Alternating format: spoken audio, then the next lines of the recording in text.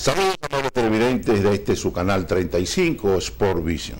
Ya está en el aire su resumen de noticias semanal Triángulo Informativo. Como siempre, un resumen de las noticias nacionales ocurridas durante toda esta semana.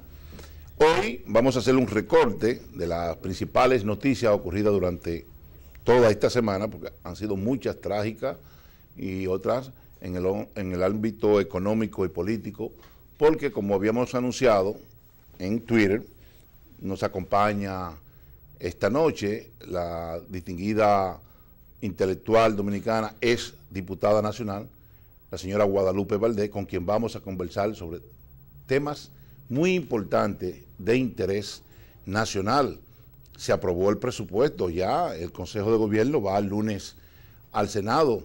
La posición de la izquierda, la oposición de la oposición de retirarse del diálogo, que exigen transparencia en la escogencia de los jueces de la Junta Central Electoral y de las altas cortes, entiéndese el Tribunal Superior Electoral, entre otros temas. También le voy a preguntar sobre la denuncia que hizo en el día de hoy ese destacado intelectual, escritor, poeta y lingüista, el profesor, me llama Edward, que está en el gobierno de Andrés L. Mateo, que denunció que el Estado pretende usar 25.000 millones, óigame bien, del Fondo de Pensiones de los Trabajadores para pagar deudas con la autovía del Nordeste, con la compañía que tiene a cargo la autovía del Nordeste. Entre este y otros temas, pues vamos a conversar con la licenciada Guadalupe Valdés. Es norma y costumbre en este espacio, pues darle gracias a nuestro Dios Todopoderoso, porque nos permite una vez más llegar a todos los hogares de los dominicanos que están en este preciso momento en sintonía con este su espacio. Señor, te pedimos que lleve sanidad para todos los enfermos que están en los hospitales, en las clínicas, en el hogar, en la universidad, en la casa. De manera especial te pedimos, porque me acabo de enterar ahora, por la pronta recuperación del colega comunicador y abogado Julio Núñez, quien producía un espacio aquí, Julio y Santa con el pueblo, está interno en Sedimat, ese que ustedes ven ahí. Así que pido a Dios que le pase su mano para que pueda estar de nuevo con toda su familia y sus amigos. Así que Julio, desde aquí, si está viendo el espacio, te pedimos que Papacito Dios y los médicos pues te den tu salud lo más rápido posible.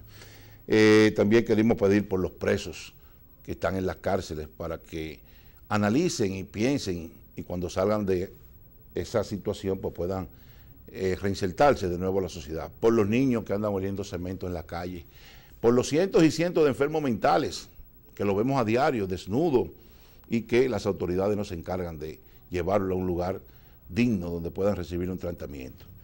En fin, te queremos pedir también por los familiares del asesinado segundo teniente, le voy a pedir a Nelson que me ponga la imagen, quien trabajó con nosotros cuando éramos fiscal en la provincia de Santo Domingo, el segundo teniente Deolio Montero, vilmente asesinado en el día de ayer en la avenida Charles de Gaulle, ese que ustedes ven ahí.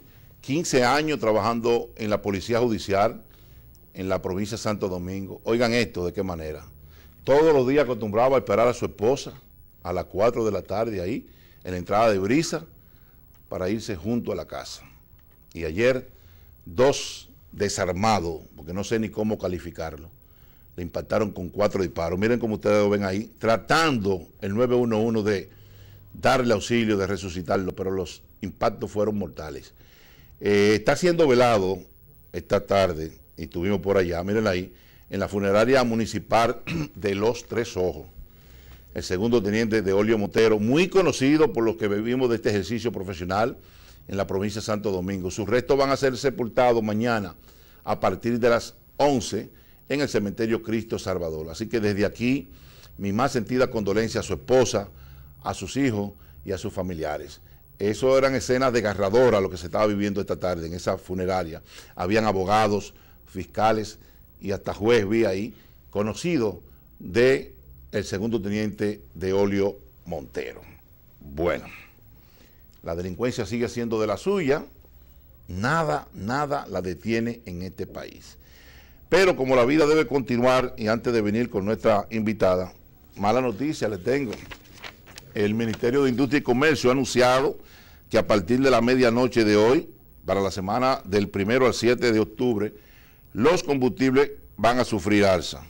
La gasolina premium se va a vender a 198 pesos por galón, con un incremento de 1 peso con 60 centavos, mientras que la gasolina regular se va a vender a 182 pesos con 80, para un alza de 1 peso con 80.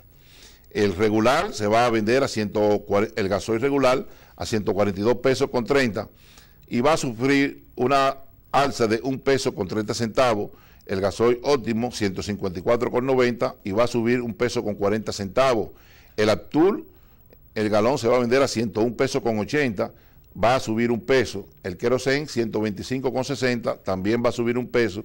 El Full Oil se va a vender a 82 pesos con 33 centavos para un incremento de 1 peso con 20 centavos. Y oigan esto, el gas licuado de petróleo, el que usan las amas de casa y los choferes de carro público, va a subir 1 peso con 40 centavos y se va a vender a 92 pesos con 70. Vamos a decir 93, porque nadie devuelve los 30 pesos, muy difícil. Mientras que el gas natural se mantiene intacto a 23 pesos con 22 centavos el metro cúbico. Ya ustedes lo saben, a partir de la medianoche de hoy, los combustibles pues van a sufrir incrementos en sus precios. Miren, antes de venir con nuestra invitada, con quien tenemos muchos temas que interactuar, quiero felicitar a 3 personas muy amigas nuestras que están de cumpleaños. Quiero comenzar con ese compañero de estudio en la universidad, hoy juez que prestigia la Judicatura Nacional, el magistrado Sergio Ortega, quien está de cumpleaños, y quiero ese que ustedes ven ahí, felicitarlo, porque, vuelvo y repito, es uno de los jueces que su toga la sabe, le ha sabido darle el valor.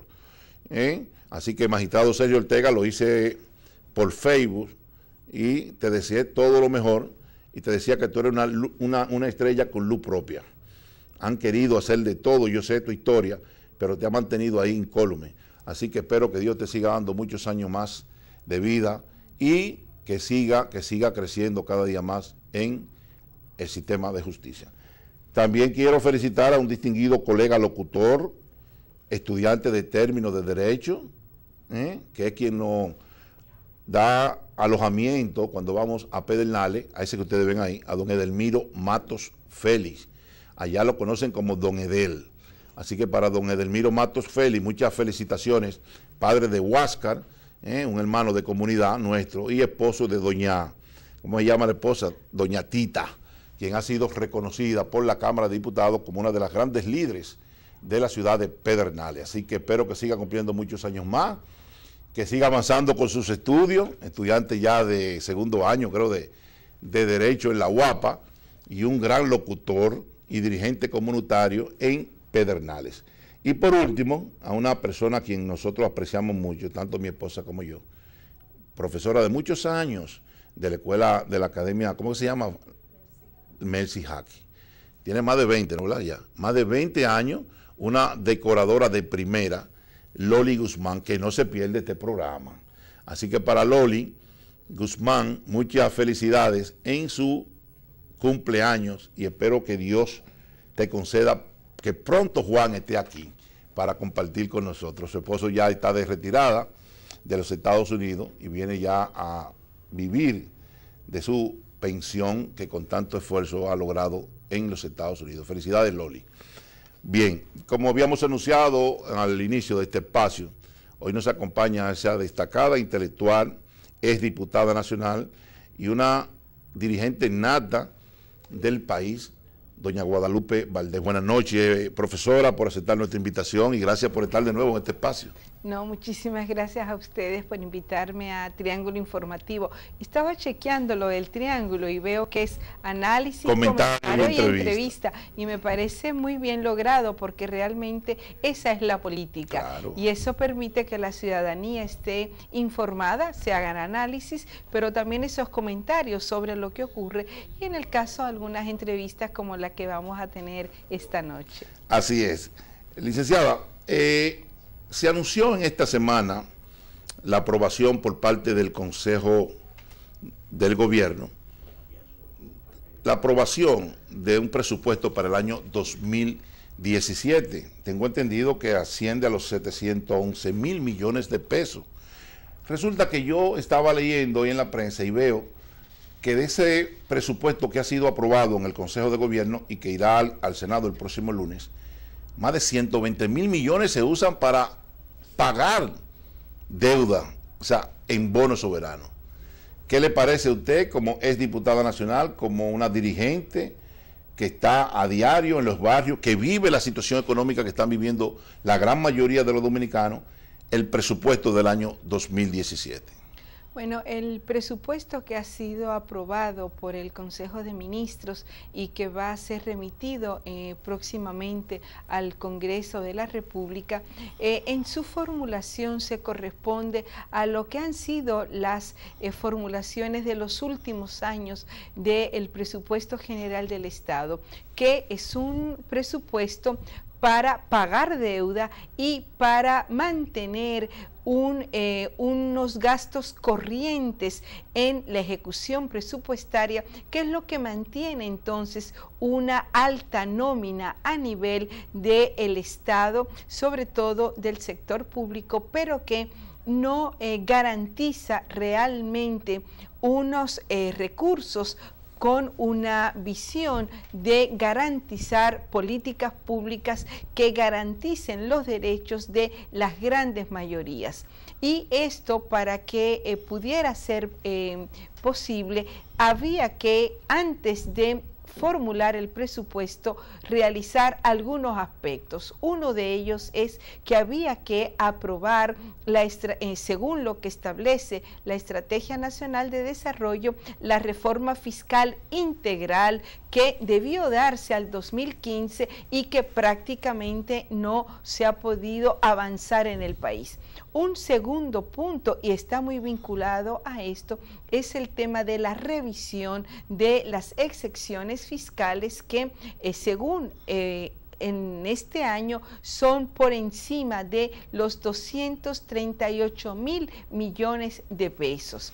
Y un tercer elemento que había que tener en cuenta en la formulación del presupuesto es el que tiene que ver con los porcentajes que están planteados en diferentes leyes para diferentes instituciones y que sobrepasa el 100% del presupuesto, lo que hace que cada año estemos violando esas leyes, porque si las sumáramos todos, lo que hay que aportar a salud, a educación, a los ayuntamientos, al Poder Ejecutivo, etcétera, etcétera, esos montos sobrepasan el 100% del presupuesto. Entonces, un Estado y un gobierno que quiere avanzar hacia la institucionalidad del Estado, hacia la eficiencia de las instituciones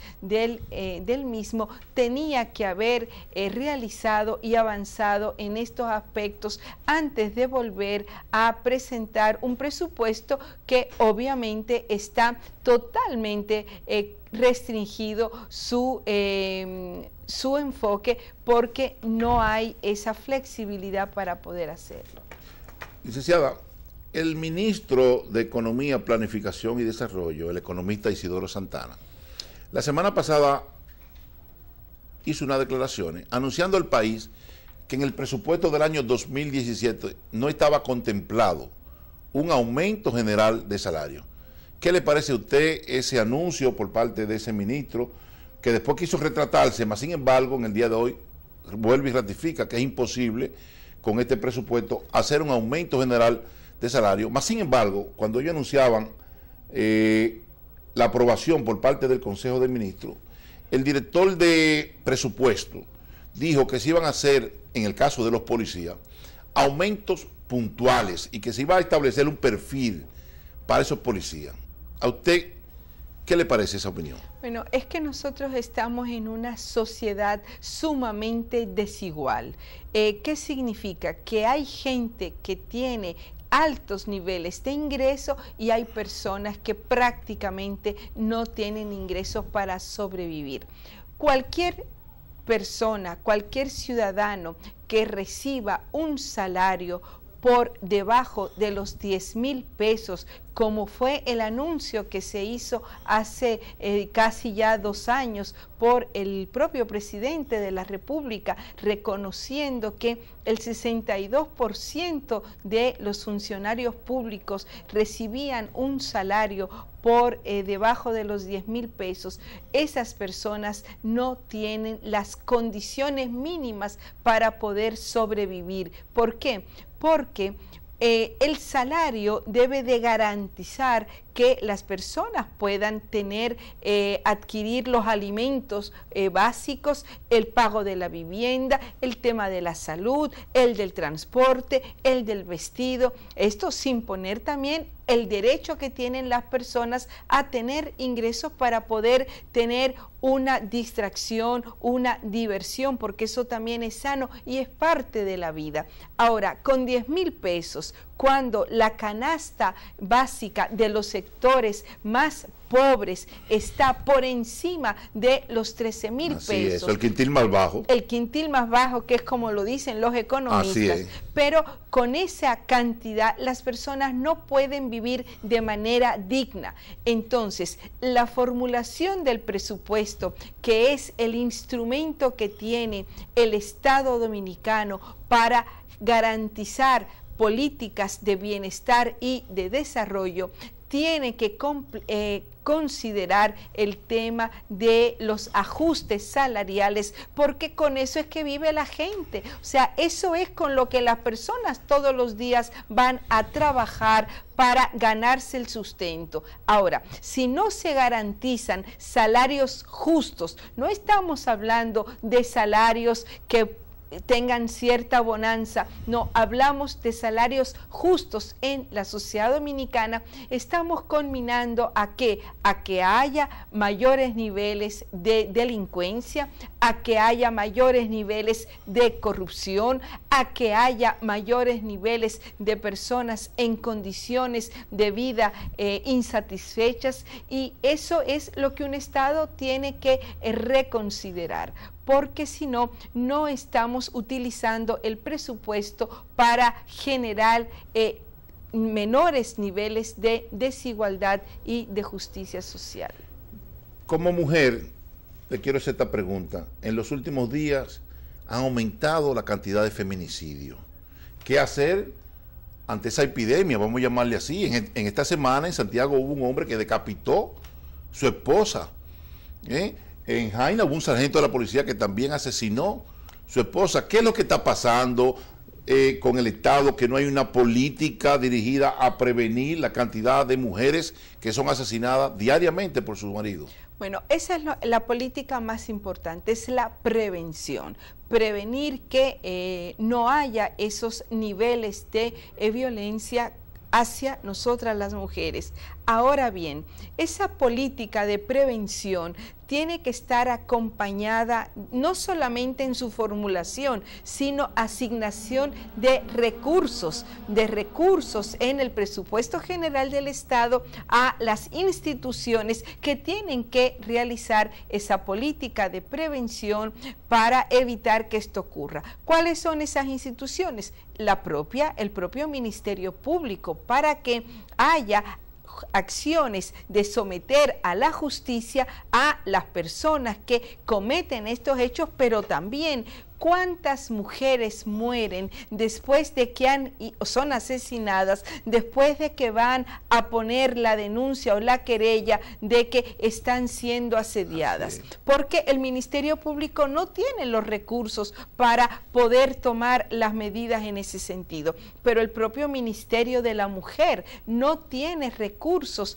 para lo que es todo el tema de la educación, de las políticas incluso de reinserción de estas mujeres. Si vemos, por ejemplo, en el presupuesto que estamos transitando ahora, 5.000 millones fueron los que se utilizaron para educación, mientras el Ministerio de la Mujer gastó más de 113 millones en gastos corrientes. Entonces, eso es lo que no puede ser. Cuando hablamos que el presupuesto hay que reformularlo, no es solamente en la inversión que se va a hacer en diferentes políticas, sino en que hay que mejorar sustancialmente la calidad del gasto. ¿Qué significa la calidad del gasto? Que el gasto, lo que se utiliza en políticas públicas, en programas, tiene que ser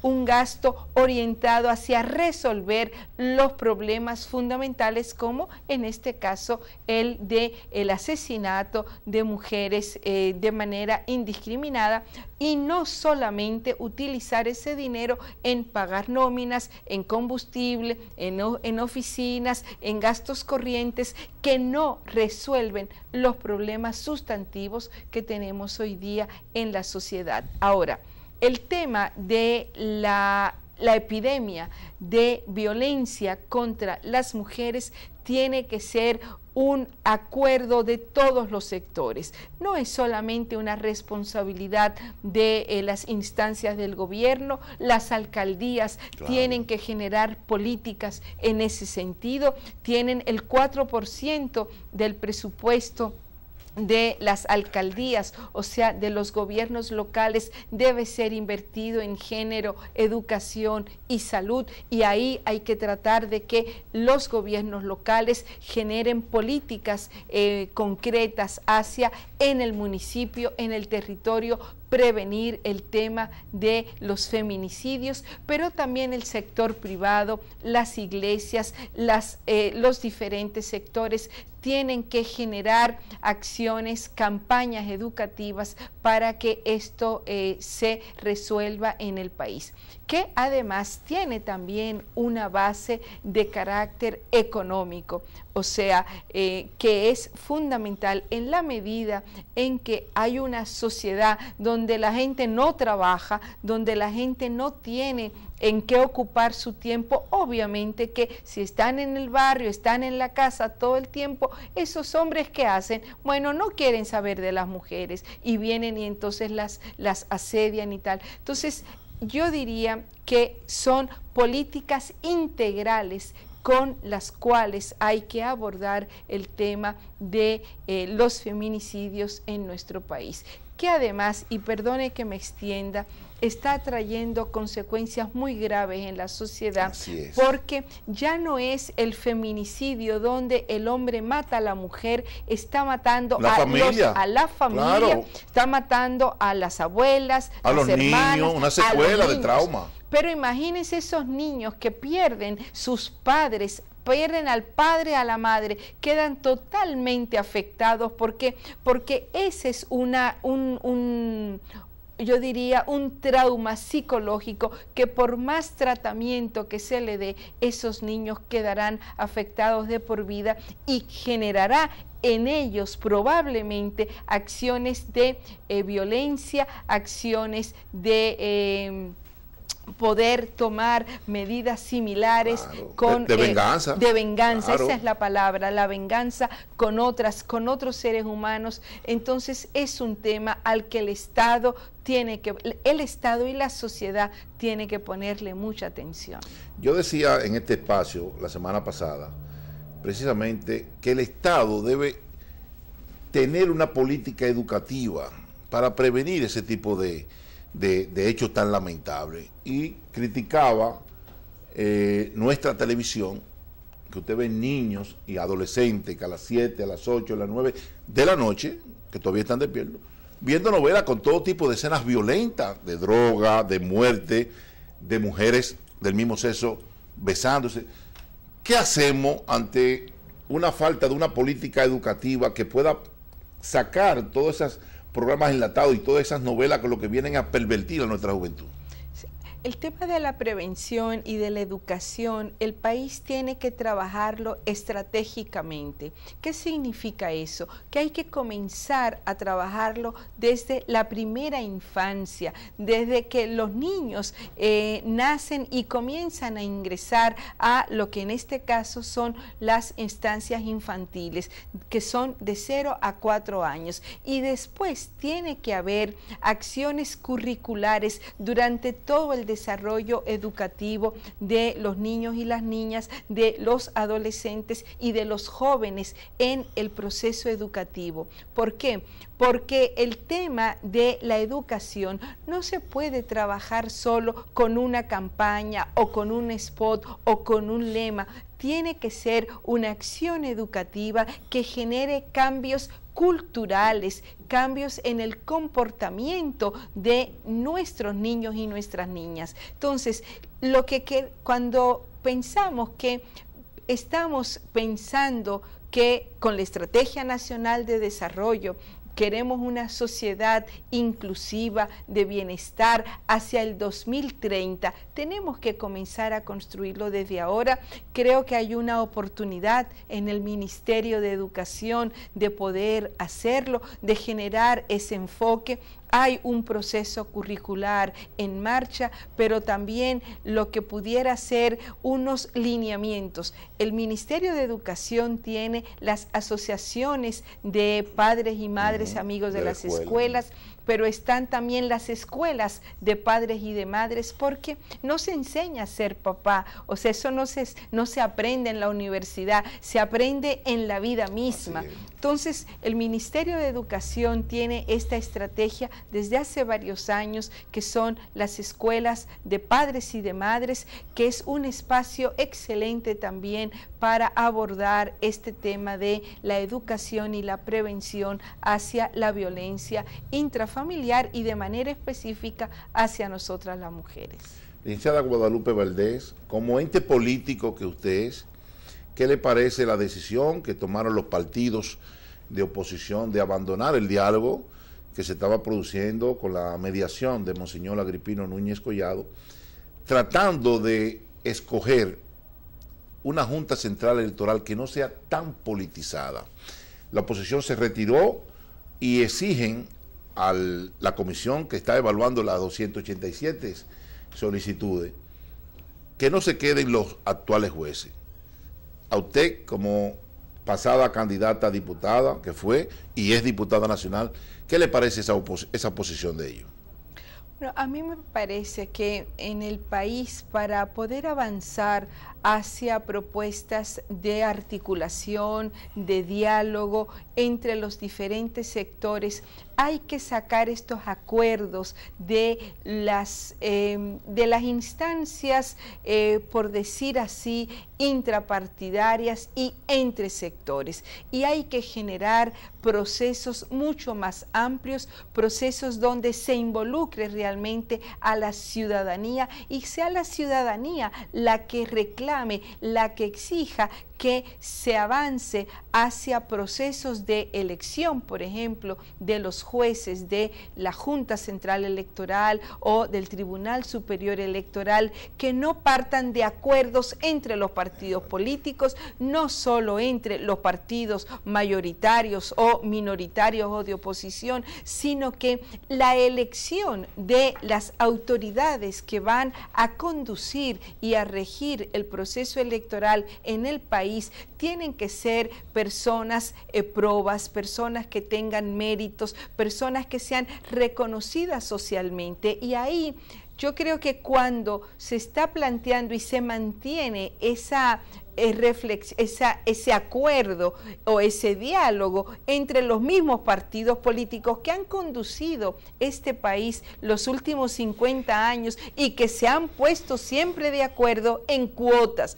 Tú me das esto y yo te doy esto, tú me apruebas esto. Entonces, eso yo creo que hay que superarlo en el país para pasar a procesos realmente de participación de la ciudadanía, de los diferentes sectores, donde estos sean escuchados y sean tomados en cuenta. Porque es que en definitiva seguimos haciendo lo que yo llamo diálogos de sordos, porque son diálogos entre ellos. No hay diálogo con la ciudadanía, no hay diálogo con los sectores. Y yo creo que el país tiene que transitar procesos de cambio en ese sentido.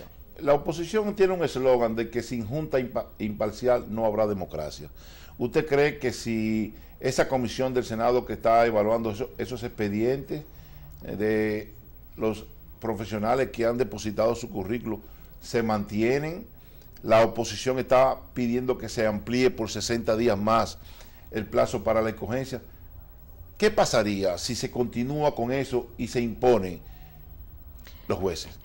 ¿Usted cree que la democracia estaría en peligro? A ver, es que hay que ver si lo que se está cuestionando es los criterios o los rumores que hay, o si lo que se está buscando son cuotas, de que les coloquen a los diferentes partidos su candidato para estar en para equilibrar. Exactamente, porque si quisiéramos hacer procesos más democráticos, ¿qué es lo que habría que hacer? El proceso de selección no puede estar en el Senado de la República. ¿Por qué?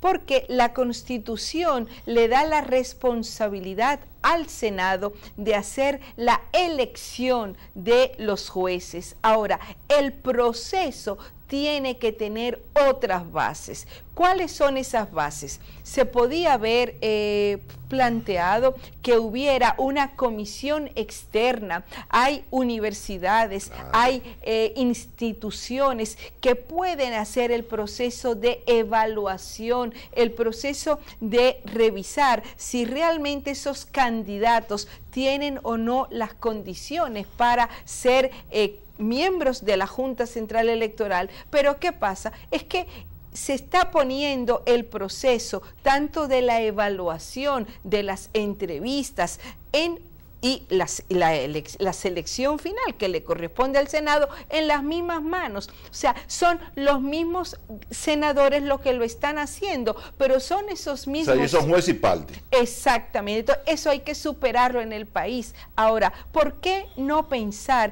Y para eso hay procesos que hay países que han avanzado en que haya evaluaciones independientes, claro, que reciban los candidatos, y se le plantea la candidatura, que ellos escojan. No, bueno, pero además la evaluación, claro, misma, una evaluación que responda a criterios de institucionalidad, a criterios de desarrollo del país. Y con después esas evaluaciones se le entregan a la comisión del Senado, que va a preparar el informe que deberá ir al Pleno, pero sobre una base de objetividad, sobre una base de racionalidad. En este caso, para mí no tiene ninguna confianza el proceso que se está llevando a cabo porque, por ejemplo, no hay un protocolo para las entrevistas, no hay un protocolo para los candidatos, no es un proceso público y abierto, es un proceso que lo está haciendo una comisión encerrado, es algo oculto a la población y así no puede haber un proceso de elección de candidaturas que realmente le garantice a la ciudadanía que se van a elegir los mejores hombres y mujeres para dirigir la Junta Central Electoral y el Tribunal Superior Electoral. Mire, yo sé que el tiempo es muy corto en televisión, pero hay una pregunta que yo no puedo dejar de hacérsela. El pasado 25 de septiembre se cumplió un año del suicidio del arquitecto David Rodríguez en la oficina de la OISOE. Usted y un grupo de organizaciones civiles han propugnado porque los verdaderos culpables de ese lamentable hecho vayan a la cárcel. Veía yo la viuda del arquitecto David Rodríguez llorar, esta semana la vi, con su hijo al lado, yo también, diciendo que no le han cumplido las promesas que se le hizo desde el gobierno. Le prometieron, y así lo anunciaron, porque ustedes lo saben, el mismo día que él se suicidó, que le habían depositado 6 millones de pesos en la cuenta para que saldaran los compromisos que él tenía y que le iban a regalar o le iban a construir una casa. Para usted, como una luchadora, defensora de esa causa, ¿qué le parece que a un año ni se ha cumplido con saldarle la deuda que ahora la están demandando a ella como viuda? Hasta el mismo Banco de Reserva por una deuda de 200,000 pesos.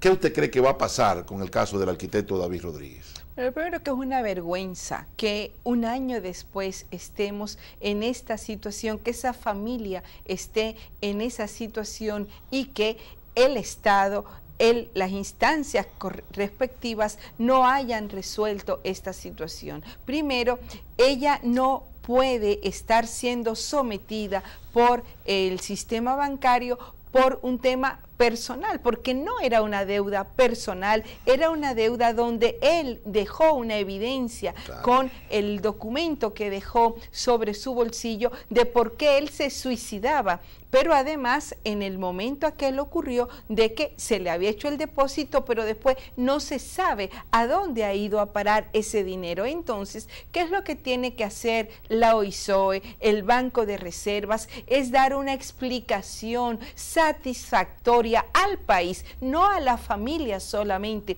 porque esta situación no es un tema personal, es un tema que el país se conmocionó por la forma como este ingeniero arquitecto prácticamente se suicida para colocar un tema en la opinión pública nacional que es el que destapa la grave corrupción que había no solamente en la OISOE, sino también en otros ministerios que tiene que ser investigada porque esos niveles de corrupción de la OISOE tocaban también al Ministerio de Educación y eventualmente también al Banco de Reservas, y esto tiene que ser investigado. Ahora, quiero señalar que las personas que están involucradas de la OISOE tienen que ser sometidas a la justicia. Ahora, no son solamente los funcionarios de mando medio.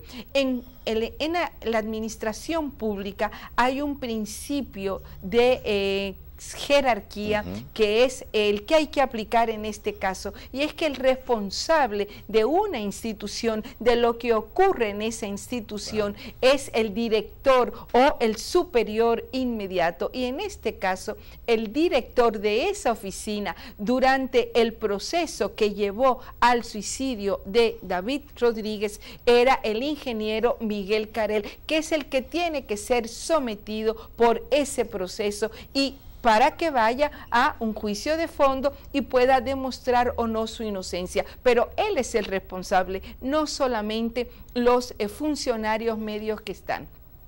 Y quiero señalar que el tercer caso es el acompañamiento, la solidaridad a la familia. Poder Ciudadano estuvo visitándole el sábado, le pidió permiso primero a la familia de que querían visitarles, y varias de las organizaciones que forman parte de Poder Ciudadano estuvieron con ellos, les expresaron su solidaridad, su acompañamiento en este proceso, y que la muerte del arquitecto David Rodríguez no va a quedar impune, que Poder Ciudadano seguirá acompañándole en todo este proceso. Hicieron al final del sábado, en ese momento de fraternidad y de solidaridad, una cadena humana por la solidaridad y la memoria del arquitecto David Rodríguez, que debo señalar que las cadenas humanas fueron prácticamente una forma de protesta que surgió en la República Dominicana a partir del suicidio del arquitecto David Rodríguez,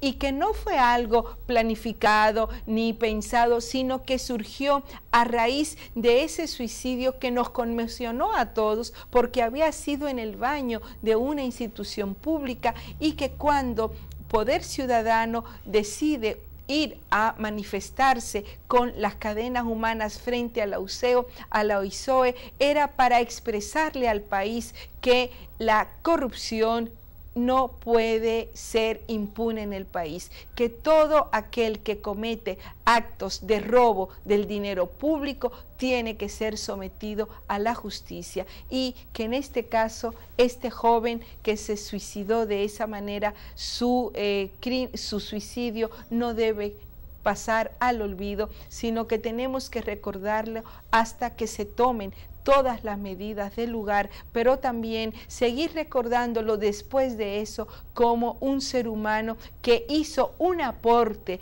a la lucha contra la corrupción y la impunidad, que en este caso fue con su vida. Pero así tenemos muchos héroes en nuestra historia que no pasan al olvido por los aportes que hacen, y yo creo que David Rodríguez es uno ya de ellos. Licenciada Guadalupe Valdés, este programa estará siempre a su disposición para cuando usted lo considere de lugar, venir, hacer sus planteamientos, Así que nosotros cedemos 30 segundos para usted despedirse. Bueno, muchísimas gracias. Me gusta participar en programas donde los contenidos, los temas se analizan con propiedad y sí me gustaría volver a conversar de otros temas. Claro. Uno de ellos es todo lo que podríamos impulsar en América Latina y el país como parte de la investidura que me hizo recientemente la FAO de embajadora especial Hambre Cero. Así entonces, es. Ojalá se lo prometo que voy a volver. Ojalá, muchísimas gracias. Se lo prometo, que vamos a coordinar en una próxima entrevista ahora en el mes de noviembre. Y mañana me gustaría invitarles, tenemos a las 6 de la tarde en el Museo de Arte Moderno, en el marco de la Feria Internacional del Libro, un conversatorio sobre un libro que habla de amor y política, que es la historia de mi madre y de mi padre, Quirico Valdés y Doña Piqui, para conversar sobre todo con jóvenes sobre las claves de la política y de cómo 60 años después ellos ven que es los significados que tuvo esa historia de amor de un hombre que sale del exilio, que sale por su lucha por la libertad y la democracia a su otro país, que se enamora allá, pero que después vuelve a seguir luchando. Entonces, los invito para que mañana nos acompañen a las 6 de la tarde. Pues muchas gracias por la invitación. Trataremos de hacer todo lo posible por estar presente. Amable televidente, manténgase ahí, nos quedan unas cuantas informaciones que compartir con ustedes.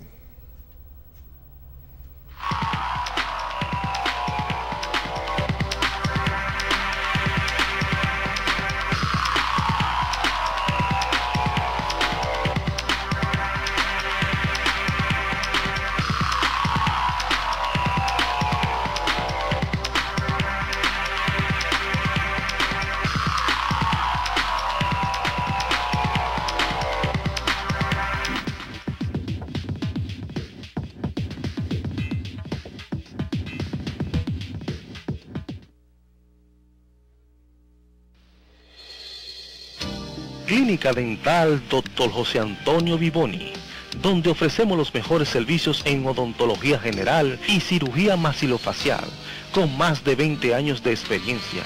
Laboramos en horario de lunes a viernes de 2:30 de la tarde a 7 de la noche y los sábados de 9 de la mañana a 12 del mediodía. Atendido por su propietario, el Dr. José Antonio Vivoni Saladín. Estamos ubicados en la avenida Sabana Larga, número 32A, esquina Presidente Vázquez, en Sancho Sama, Santo Domingo Este. Con los teléfonos 809-593-5127 y el 809-543-5061. Visítenos y quedará complacido. De María Lavandería, servicio de lavandería a domicilio. Ya usted no tiene problema si se le va la luz y no sabe dónde lavar, planchar y del cuidado de sus ropas. Visítenos y de inmediato encontrará la solución. De María Lavandería, tiene los mejores precios de la zona oriental.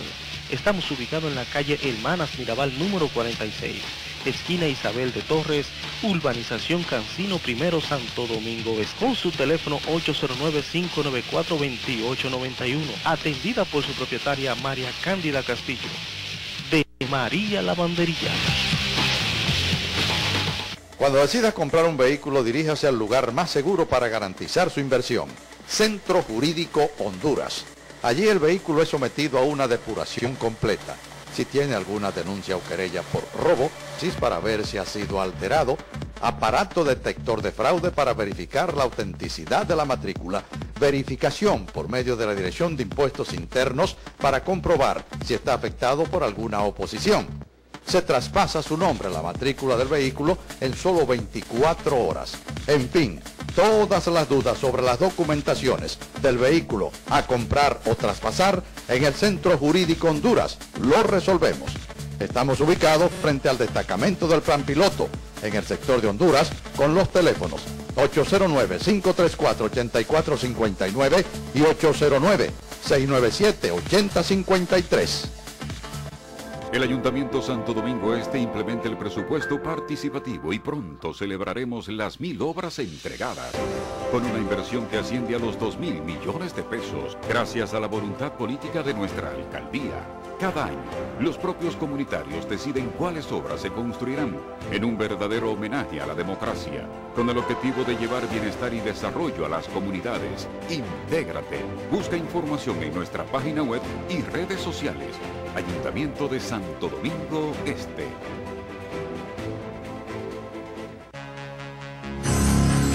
Notario Dominicano. El 29 de octubre sigue en la presidencia el doctor Pedro Rodríguez Montero, académico y gremialista. Vota por la defensa de la ley 140-15 y sus honorarios. Vota por la maestría en Derecho Notarial. Vota por la Escuela de Capacitación Notarial. Vota por el Plan de Ayudas Médicas. Vota por una mejor cooperativa. Doctor Pedro Rodríguez Montero, un notario para los notarios. Gracias a los fondos de la ley 140-15, muy pronto tendremos en el Colegio Dominicano de Notarios el local de la Escuela Nacional de Capacitación Notarial ECANOT, Colegio Dominicano de Notarios. Vamos, ¿qué pasa? Espérate un momento. ¿Es pilotaje? Sí, está bien. No, ese no fue el traje de la está identificado. Ahora sí, ese está identificado por su seguridad y la mía. En cualquier lugar y mejor servicio en menos tiempo. Ahora más cerca de ti. Éxito Taxi.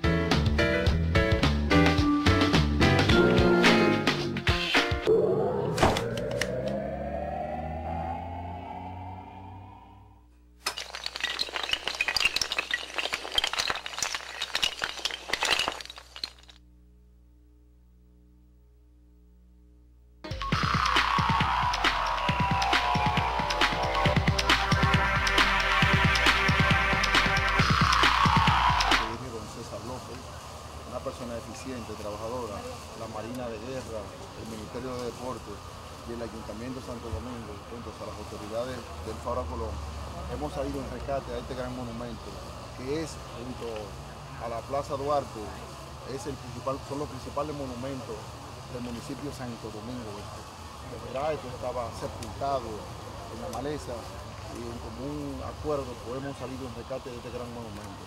A partir de ahora, tal y como le ha dicho don César, vamos a firmar un acuerdo para mantener el entorno del Faro Colón, la Iberoamericana, el entorno del Parque del Este embellecido. Esta es una tarea que la hemos asumido con responsabilidad y la vamos a lograr, porque Santo Domingo Este merece que este entorno esté higienizado. Vamos a trabajar próximamente con el alumbrado de este sector, que aquí no hay alumbrado en hora de la noche. Vamos a higienizar este sector, porque esto es un polo turístico. Y próximamente vamos a dar el Picasso del Parque de los Taínos, que también será en los alrededores del Faro Colón.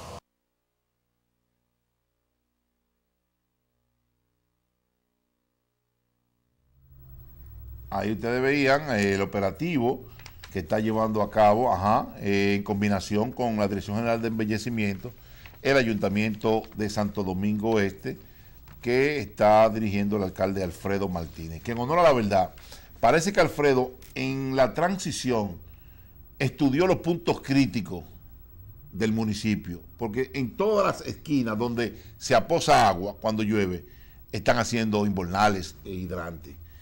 Hoy iba por la Charle y vi frente a la Sirena, que tú sabes que cuando llueve es un desastre, y ahí están haciendo varios invernales y varios pozos filtrantes.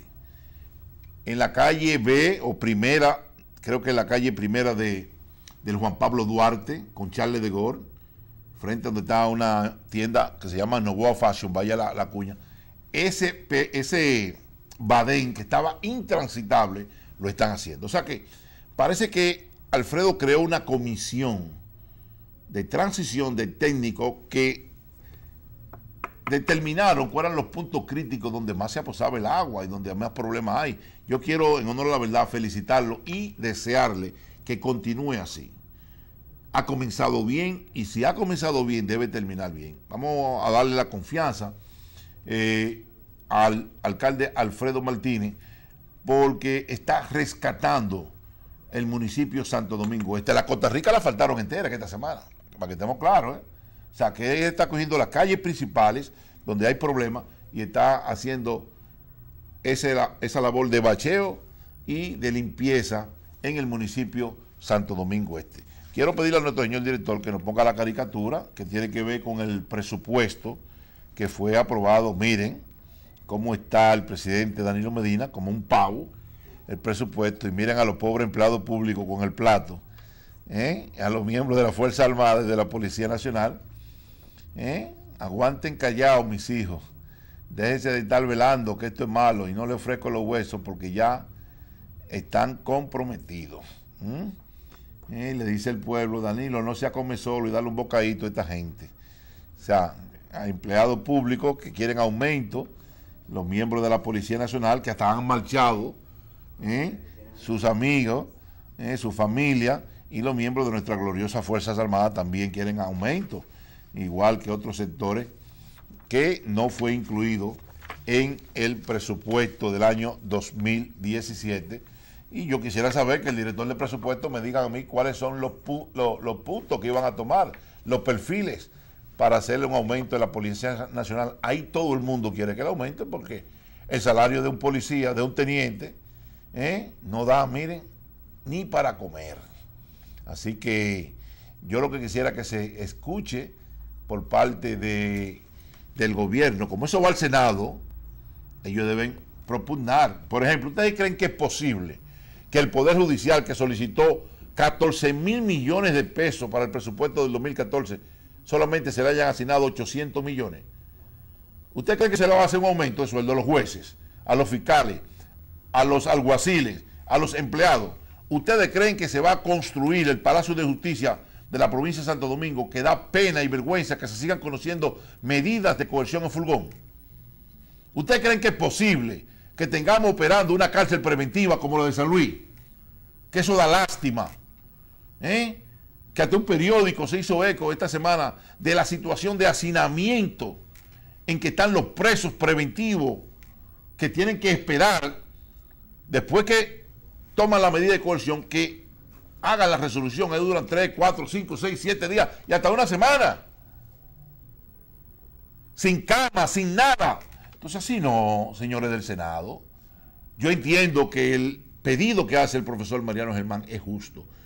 Que el reclamo que están haciendo los jueces, que se cumpla con el 2.66% y con el 1.44% para la fiscalía, hay que tomarlo en cuenta.